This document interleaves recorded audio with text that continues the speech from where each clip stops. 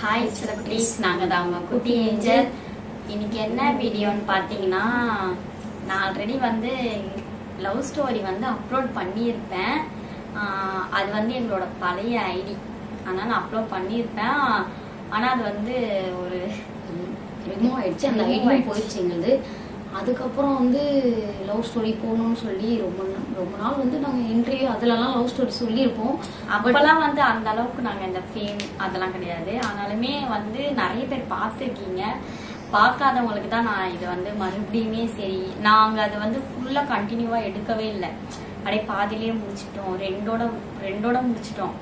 சரி, அது யாருமே பார்க்கல, ரிமூவ் ஆயிடுச்சா, சரி மறுபடியும் நம்ம கண்டினியூ பண்ணலாம் அப்படின்ட்டு இன்ஸ்டாகிராம்லயே நான் போட்டிருந்தேன் கொஸ்டின் அண்ட் ஆன்சர்ல என்னென்ன வேணும். நிறைய பேர் லவ் ஸ்டோரி கேட்டிருந்தீங்க, பர்சனலா மெசேஜ்ல கேட்டிருந்தீங்கனால நாங்க ஓகே சொல்லலாம் அப்படின்றதுனால மறுபடியுமே சொல்றோம். வீடியோக்குள்ள போயிடலாமா? ஓகே, வாங்க வீடியோக்குள்ள போலாம்.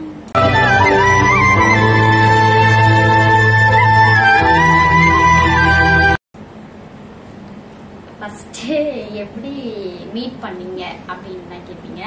எப்படி பார்த்துக்கிட்டோம் அதானே. நான் வந்து 12th வரைக்கும் முடிச்ச காலேஜ் வந்து டிஸ்கண்டினியூ ஒர்க் பண்ணிட்டு இருந்தேன், கால் சென்டர் தான். அப்போ வந்து திடீர்னு ஒரு நாள் இவங்க வந்து ஹாய் அப்படின்னு மெசேஜ் போட்டிருந்தாங்க. ஹாய் தர்மு. அப்போ வந்து நான் ஹாய்ன்னு போட்டிருந்தேன். நான் வந்து மும்பையில் இருந்தேன். நான் எங்கள் ஊர் வந்து விழுப்புரம், ஆனால் வந்து நான் மும்பையில் தான் இருந்தேன். அங்கே இருக்கும்போது வந்து நான் அந்த இவங்கள பார்த்ததும் ஃபர்ஸ்ட் வந்து ஹிந்திக்கார பொண்ணுன்னு தான் பார்த்தேன். ஹிந்தி பொண்ணுன்னு தான் நினச்சி ரீல் பண்ணும்போதெல்லாம் பார்த்தேன். வந்து சிங்கிளாக ரீல்லாம் பண்ணிட்டு இருந்தாங்க. அப்போ பார்த்தா ஹிந்தி பொண்ணுன்னு நினச்சி நான் ஃபர்ஸ்ட் அவங்களுக்கு ஹாய்ன்னு நினைப்பேன். ஆனால் அவங்க ரிப்ளை பண்ணல. அடுத்து ஒரு வாட்டி வாய்ஸ் போட்டேன், அப்பயும் ரிப்ளை பண்ணல. அதுக்கப்புறம் நானே சொன்னேன் அவங்கள்ட்ட, நீங்கள் பயப்படுற மாதிரிலாம் இல்லை, நான் பொண்ணு தான், என்கிட்ட பேசுங்க அப்படின்னு சொல்லி சொன்னேன். அதுக்கப்புறம் அவங்க 2 நாள் கழிச்சு தான் எனக்கு ரிப்ளை பண்ணாங்க. யார் 2 நாள்னா, ஒன்று டிபி இல்லை, இன்னொன்று நான் ஒர்க்ல இருந்தேன், இன்னொன்று நான் வீட்டில் இருந்தால் யாருக்குமே மெசேஜே பண்ண மாட்டேன். என்ன சொல்ற, ரொம்ப சைலண்டா இருப்பேன். வேலை வீடு அப்படி அந்த மாதிரி கரெக்டா இருந்தேன். அப்புறம் இப்பயும் கரெக்டா தான். இப்ப எப்படி இருக்கீங்க அப்படின்னு கேட்பீங்க. இப்பயும் கரெக்டா தான் இருக்கேன். நான் சொல்றேன், வேலை வீடு அம்மா அப்பா அண்ணன் அக்கா அப்படின்ற மாதிரி இருந்தோம். சரி சொல்லிட்டு அன்னைக்கு நான் என்ன பண்ணேன், ஓகே பொண்ணுன்னு சொல்றாங்க அப்படின்னு கேட்டுட்டேன். ஆனாலும் மெசேஜ் கேட்டுட்டு வீட்டுக்கு வந்து நைட்டு எங்க வீட்டுல எல்லாருமே தூங்கிடுவாங்க. தூங்கின இதுக்கு நான் மட்டும் ஃபோன் நோண்டிக்கிட்டே இருப்பேன். சரி, அப்பயும் மறுபடியும் வாய்ஸ் கேட்குறேன். சரி ஓகே அக்செப்ட் பண்ணலான்ட்டு அக்செப்ட் பண்ணிட்டேன். அக்செப்ட் பண்ணி ஆனால் மெசேஜ் பண்ணலை. மறுபடியும் ஹாய் ஓய் இந்த மாதிரி தான் பண்ணிக்கிட்டே இருப்பாங்க. சரி சொல்லிட்டு நான் அப்பதான் ஹாய்ட்டு மெசேஜே போட்டு ஒரு 10 நாள் இருக்கும். நாங்கள் பேசிட்டு தான் இருந்தோம், ஃபோனில் தான் பேசணும். இந்த மாதிரி நான் இங்கே இருக்கேன் அப்படி எல்லாம் பேசிகிட்டே இருந்தோம். வீட்டெலாம் பண்ணல. அப்போ வந்து 10 நாள் கண்டினியூவாக பேசிகிட்டு இருப்போம்.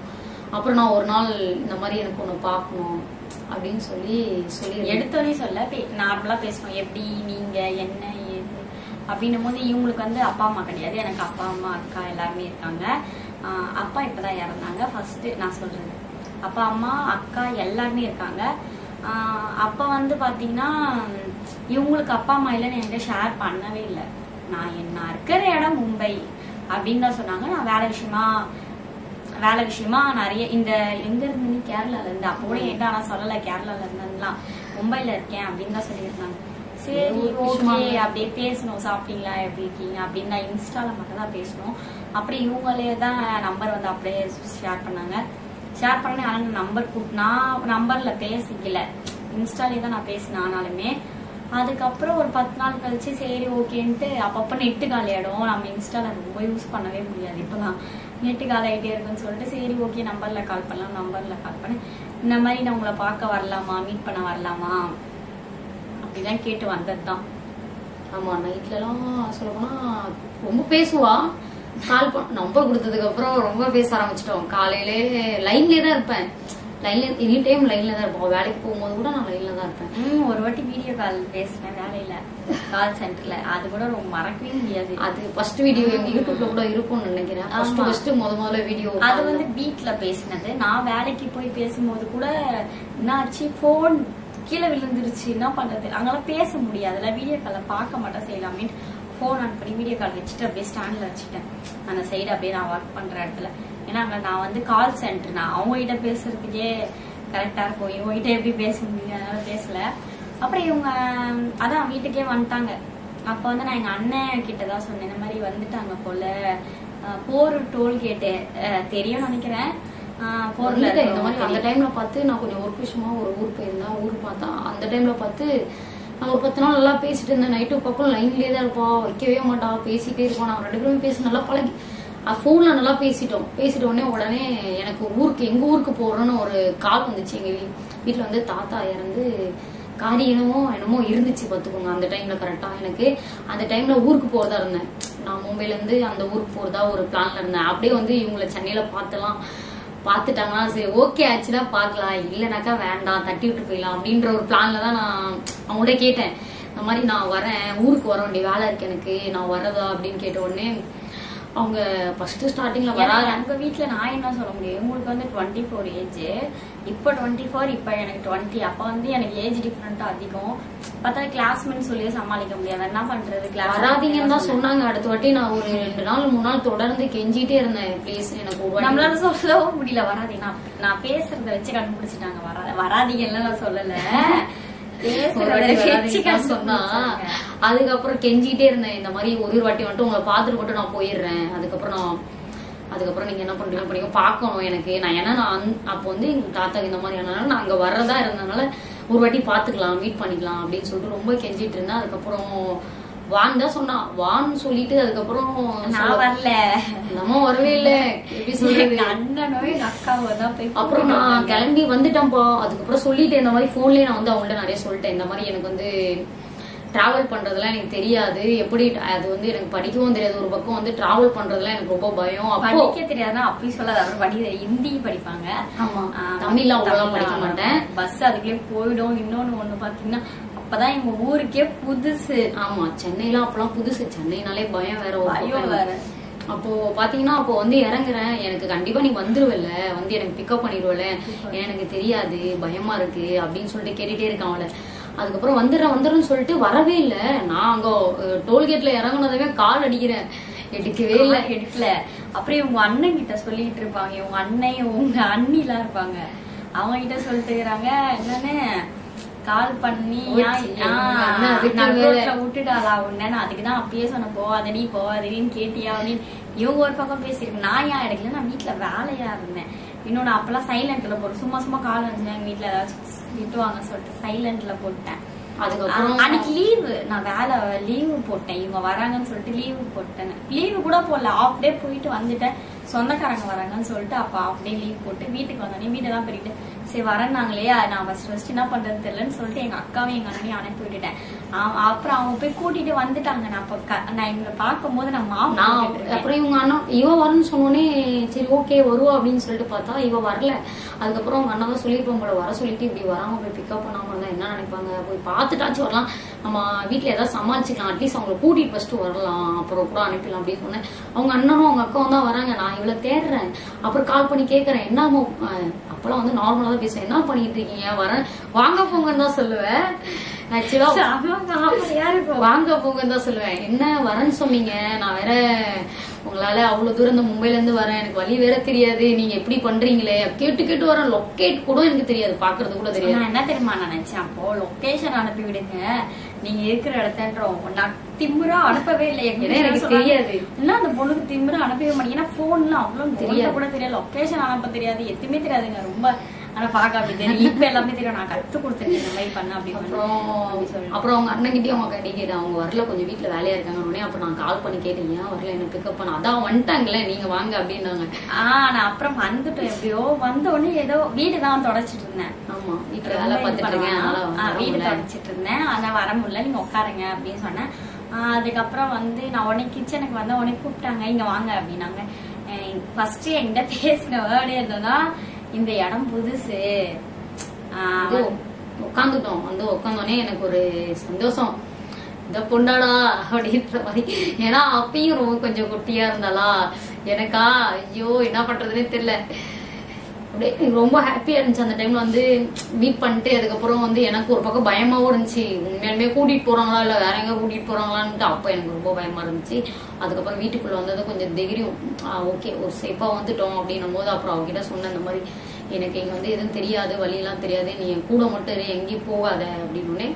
என் பக்கத்துல வந்து உட்காந்தோடனே நான் சொன்னேன், இந்த மாதிரி எனக்கு யாரும் இல்லை, என்னை விட்டு கூடலாம் விட்டு போகாத. யோசிக்கிறேன், என்ன யாரும் இல்லை, என்ன சொல்றாங்க நம்மளுக்கு ஒன்றும் அப்படின்ட்டு கேட்கும் போது தான் சொன்னாங்க, எனக்கு அக்கா 2 அக்கா இருக்காங்க, 2 அக்கா கல்யாணம் ஆயிடுச்சு, அண்ணன் இருக்காங்க, அண்ணாக்கு ஆகலை, நான் அப்பா அம்மா வந்து இறந்துட்டாங்க அப்படின்னு சொல்லவும் கொஞ்சம் கஷ்டமாயிடுச்சு. அன்னில இருந்து இங்கதான் ஒரு 2 நாள் இருக்கிற பிளான்ல தான் வந்தேன். 2 நாள் தங்கினேன், 2 நாள் இருந்துட்டு போறேன் அப்படின்னு சொல்லிட்டு அவங்க அம்மா கிட்ட எல்லாம் சொல்லிச்சாங்க. ஃப்ரெண்டு ஊர்ல இருந்து வந்திருக்காங்க. அண்ணனுக்கு பர்த்டே கரெக்டா அந்த டைமிங்ல அவனுக்கு வேற ஷர்ட் எல்லாம் வாங்கிட்டு, இவளுக்கு வேற முதல்ல ஒரு டாப் என்னமோ வாங்கிட்டு வந்தேன். எல்லாமும் முதல்ல கை வீசிட்டு வரக்கூடாதுன்னு அந்த டைம்ல அங்கிருந்தே வாங்கிட்டு வந்துட்டேன், கையோட வாங்கிட்டு வந்துட்டு அதுக்கப்புறம் எல்லாம் முதல்ல பாக்குறேன்ல, அப்புறம் வெளியில ஏதோ செயின் ஒன்று வாங்கிட்டு வந்தேன், மோதிரம் வாங்கிட்டு வந்தேன். வாங்கிட்டு வந்து முதல்ல சரி கொடுப்போம் அப்படின்னு சொல்லிட்டு கை வீசிலாம் வரக்கூடாது அப்படின்னு சொல்லிட்டு வாங்கிட்டே வந்தேன். வாங்கிட்டு வந்து இந்த மாதிரிலாம் சொல்லி கொடுத்தேன். இந்த மாதிரி அப்புறம் 2 நாள் ஸ்டே பண்ணிக்கிறேன். அப்போ வந்து நான் இருக்கிறதெல்லாம் சொல்ல 2 நாள் இருந்துட்டு என்ன பிடிக்கும்னா ஸ்வீட் பிடிக்கும்ட்டு ரசகுல்லா டப்பா வாங்கிட்டு வந்தாங்க. வந்து ஸ்டே பண்றேன், ஒரு 2 நாளைக்கு ஸ்டே பண்ணிட்டு நான் போயிடுறேன், ஏன்னா எங்க ஊர் வந்து லாங்கா இருக்கு, நான் மறுபடியும் போகணும், எங்க தாத்தாக்கு இந்த மாதிரி முடியல அப்படின்ட்டு ஸ்டே பண்ணிட்டு போயிடலான்ற பிளான்ல தான் நான் இருந்தனே. அதுக்கப்புறம் தாத்தா ஏதோ உடம்பு சரியாம இறந்து காரியம் எல்லாமே முடிஞ்சிச்சு, நான் போகவே இல்லை. ஒரு பக்கம் வீட்டுல சண்டை, இன்னொரு பக்கம் எங்க வீட்லயே ஒரு சம பிரச்சனை. அப்புறம் வந்ததுக்கு என்ன பண்றது அப்படின்ற மாதிரி ரொம்ப பிரச்சனை. அவங்க வீட்டுல வந்ததுக்கு அப்புறம் நான் பிறந்த நாள் அவங்க அண்ணனுக்கு எல்லாம் கேக் எல்லாம் வெட்டினதுக்கு அப்புறம் அவங்க அம்மா ஒரே சண்டை, யாரும் இந்த பொண்ணு எதுக்கு வந்துச்சு, வந்துட்டு ஒரு நாள் தானே இருக்கணும், ஒரு 5 நாள் 10 நாள் இருந்தாச்சு. ஆமா இருந்துட்டேன், ஓரா இருந்துட்டேன். எனக்குமே கஷ்டமா இருக்கு, அனுப்பவே முடியல. எங்க அப்பா பாக்குறாரு வேற, டோல் கேட்டாங்க, அனுப்புறதுக்கு வந்துட்டோம். ரொம்ப அழுதுட்டே இருந்தேன்னா இப்ப அனுப்பு, ஊருக்கு அனுப்பு, விழுப்புரத்துக்கு இப்ப ஊருக்கு அனுப்பு, அதுக்கப்புறம் நம்ம கூப்பிட்டுக்கலாம் அப்படின்னாங்க. ஆனாலும் நான் நீ உட்கார், நான் காலையில வரேன் அப்படின்னு சொல்லிட்டு டோல் கைட்டாண்ட உட்கார வச்சுட்டு காலையில வந்து எங்க வீட்டுல எங்க அப்பா வேலைக்கு போயிட்டாரு, அம்மா வேலைக்கு போயிட்டாங்க, நான் மட்டும் போயிட்டு அன்னைக்கு காலையிலேயே டக்கு டக்கு டக்குன்னு வீடை பார்த்து அவங்க சேஃப்டியா, ஏன்னா யாருமே இல்ல, அவங்க வந்ததே வந்து இந்த ஊர்ல இருக்கலாம்னு தான் வந்திருக்காங்க. இங்க இருக்கலாம், யாரும் இல்ல, நான் என்ன பண்றது, அங்க இப்ப அப்படியே செட்டில் ஆயிடலாம் அப்படின்ற மாதிரி ஒரு மைண்ட் தாட்ல வந்திருப்பாங்கன்னு நினைக்கிறேன். தெரியல, எனக்கு அப்படிதான் இருக்கும். இல்ல நான் வந்து ஃபர்ஸ்ட் ஸ்டார்டிங்ல வந்து எப்படி என்ன ஏது ஃபர்ஸ்ட் தெரிஞ்சுக்கலாம் தான் வந்திருப்பாங்க. அப்படிதான் தெரிஞ்சுக்கலாம். ஃபர்ஸ்ட் ஓகே ஆயிடுச்சுன்னா அவங்க கூட அப்புறம் பார்த்தோன்னே விட்டு போக தோணல போல. அது வந்து அதுக்கப்புறம் விட்டு போக தோணல. சரி ஓகே, அதுக்கப்புறம் வீட்டுல கால் பண்ணி கூப்பிட்டா கூட நான் போவே இல்லை, இங்கேதான் இருந்துட்டேன். 10 நாளைக்கு அப்புறமும் இவங்க வீட்டுல அதுக்கப்புறம் ஏன்னா இதுக்கப்புறம் எங்க வீட்டுல இருக்க கூடாதுன்னு அவங்க வீட்டுல ஒரே பிரச்சனை, அவங்க அம்மாவே போயிட்டாங்க. அதுக்கப்புறம் அவங்க அப்பாதான் ஃபுல் சப்போர்ட் பண்ணி அதுக்கப்புறம் இருக்கக்கூடாதுமா, அங்க இருந்து வந்துட்டேன், இதுக்கப்புறம் எங்க எவ்வளவு நாளைக்கு தான் இருப்ப அப்படின்னு சொல்லிட்டு ஒரு மாதிரி பேச ஆரம்பிச்சுட்டாங்க. அப்புறம் என்னால முடியல, 10 நாள் நல்லா பழகிட்டேன். போன்ல பேசியிருந்தா கூட விட்டுட்டு போயிருப்பேன், நேர்ல வந்து பேசிட்டு பழகிட்டு அங்க எங்கன்னு சுத்திட்டோம் நாங்க. அப்பெல்லாம் சொல்ல போனா ஜாலியா சுத்திட்டேன், பயங்கரமா சுத்திட்டு பழகிட்டு அதுக்கப்புறம் அவங்களும் வேலைக்கு போக விட்டுட்டாங்க, எல்லாமே விட்டுட்டாங்க. என் கூட ஸ்டே பண்ணிட்டு என் கூட வீட்லயே தான் இருந்தோம். அதுக்கப்புறம் வீட்லயே தான் இருந்தோம், சுத்திக்கிட்டு அப்படி இருக்கும் போது அதுக்கப்புறம் என்னால தோணல, அதுக்கப்புறம் என்னால போக முடியல, என்ன பண்றதுன்னு தெரியல. நான் இதுக்கப்புறம் போக மாட்டேன்ட்டேன், என்ன பண்ணுவேன் எது பண்ணியே தெரியாது எனக்கு. இதுக்கப்புறம் நான் அவங்க கூட தான் இருப்பேன், எல்லாம் முடியாது. நான் ஏன்னா எனக்கு அந்த டைம்ல பார்த்து யாரும் இல்ல, அப்பாவும் இறந்துட்டாங்க, எல்லாமே போயிடுச்சு. அந்த டைம்ல இவங்க கிடைச்சவங்க என்னால இதான் உலகம் அப்படின்ற மாதிரி என்னால போக முடியல. அதுக்கப்புறம் எங்கேயுமே போக முடியல, நான் அவங்க கூட தான் இருப்பேன், இதுக்கப்புறம் போக மாட்டேன் அப்படின்னு சொல்லிட்டு அவங்க கூட இருக்க ஆரம்பிச்சிட்டேன். அதுக்கப்புறம் நான் என்ன அட்லீஸ்ட் உங்க வீட்டுல தங்க வைக்கலாம் கூட பரவாயில்ல, எனக்கு வீடு வாடகையாச்சும் எடுத்து கொடுங்க, நான் எங்க கூட இருந்துக்கிறேன். ரொம்ப எங்க வீட்டுல பிரச்சனை, ரொம்ப பிரச்சனை ஆயிடுச்சு. ரொம்ப இல்ல இந்த பொண்ணு எதுக்கு அங்க இருந்து வந்துட்டு இங்க இருந்துட்டு போக மாட்டேன்னு அப்படி இப்படின்னு சொல்லிட்டு ரொம்ப பிரச்சனை ஆயிடுச்சு. இந்த பொண்ணை கடத்திட்டு போக வந்திருக்கா அப்படிலாம் சொல்ல ஆரம்பிச்சிட்டேன். ஏன்னா நான் வந்து ஊரு தெரியாத ஒரு பொண்ணு மும்பைல இருந்து வந்தாங்களா, யாரா இருந்தாலுமே அப்படிதான் நினைப்பாங்க, மும்பை பொண்ணு ஒருவேளை கடத்திட்டு போக வந்திருக்காங்க அப்படி இப்படிலாம் என்ன ரொம்ப பேசிட்டாங்க. அப்புறம் அவங்க அப்பா தான் ரொம்ப சப்போர்ட் பண்ணிட்டாங்க. அப்புறம் தங்க மாட்டேன்னு சொன்னேன், எனக்கு வீடாச்சும் பாரு அப்படின்னு சொல்லிட்டு ஒரு 2-3 நாளைக்கு நான் ஊருக்கு போறேன் அப்படின்ட்டு ஊருக்கெல்லாம் போயிட்டேன். ஊருக்கு போயிட்டு போன்ல பேசிட்டு இருந்து என்னால முடியல, நான் வந்துடுறேன் அப்படின்னு சொல்லிட்டு மறுபடியும் வந்து வீடு பார்த்து கொடுத்தாங்க. வீட்டுல வாடகை வீட்டுல தான் இருந்தாங்க. அப்பெல்லாம் ரொம்ப ரொம்ப பிரச்சனைனா ரொம்ப பிரச்சனை வந்து இவ்வளோ பிரச்சனை இருக்கு, அதெல்லாம் ஷேர் பண்ண முடியல. சரி ஓகே பரவாயில்ல. அதுக்கப்புறம் வாடகை வீட்டுல இருந்தேன். வாடகை வீட்டுல இருக்கும் போது வந்து தான் பார்ப்பாங்க, வந்து பார்த்துட்டு சாப்பாடு ஏதாவது இருந்தா அவங்க வீட்டுல இருந்து செஞ்சு கொண்டு வருவேன். அப்புறம் நான் போவேன், ஃபர்ஸ்ட் ஒரு எங்க கூட இருக்கும் போது ஃபர்ஸ்ட் ஒரு வண்டி வாங்கினேன். அதுக்கப்புறம் அந்த வண்டி வித்துட்டு இப்ப புதுசா ஒரு வண்டி லோன்ல எடுத்திருக்கேன். ஏன்னா இவன் நடக்கவே மாட்டான். ஏன்னா நான் வந்து கொஞ்சம் தூரமா இருப்பேன் வீடு வாடகை எடுத்துட்டு. அப்புறம் அவ வந்து வீட்டுக்கு தெரியாம தான் வருவான்.